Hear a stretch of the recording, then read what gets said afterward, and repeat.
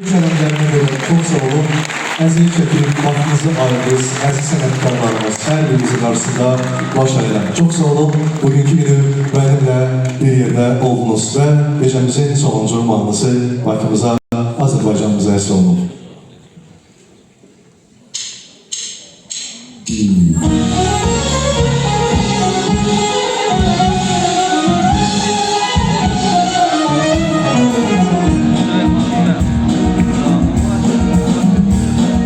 Canım Bakı ağına beter, yaramırsan farımızın gületinden.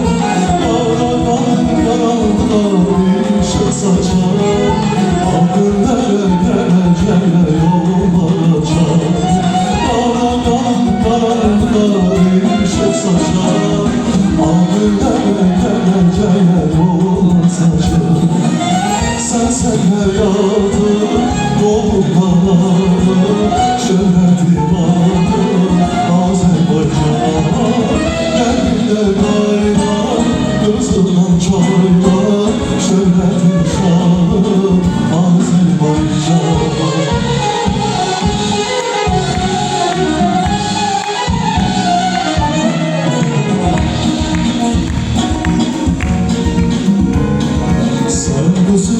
Işığı salma bir tezer, gümüşleri oyanırsan ser. Gözler açır göz bebeğim paytahtımsan, gözlerim öz zaferim öz bahtımsan. Gözler açır göz bebeğim paytahtımsan, gözlerim öz zaferim öz bahtımsan. Sen hayatım, doğum kanadım, şöhreti vardır Azerbaycan. Kalbimde kaynar, gözümden çaylar, şöhreti şanım Azerbaycan.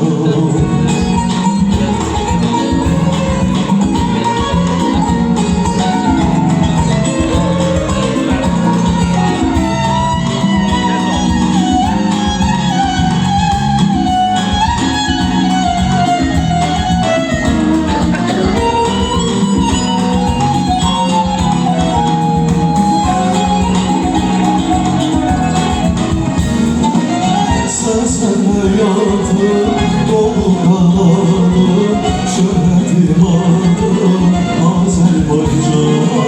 Kalbimde kaynar, gözümden çaylar, şöhreti şanım Azerbaycan. Sen hayatım, doğum kanadım, şöhreti vardır Azerbaycan. Kalbimde kaynar, gözümden çaylar, şöhreti şanım Azerbaycan.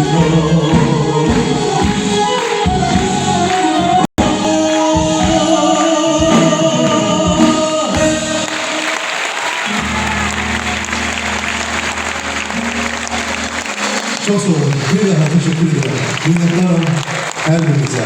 Var olasınız.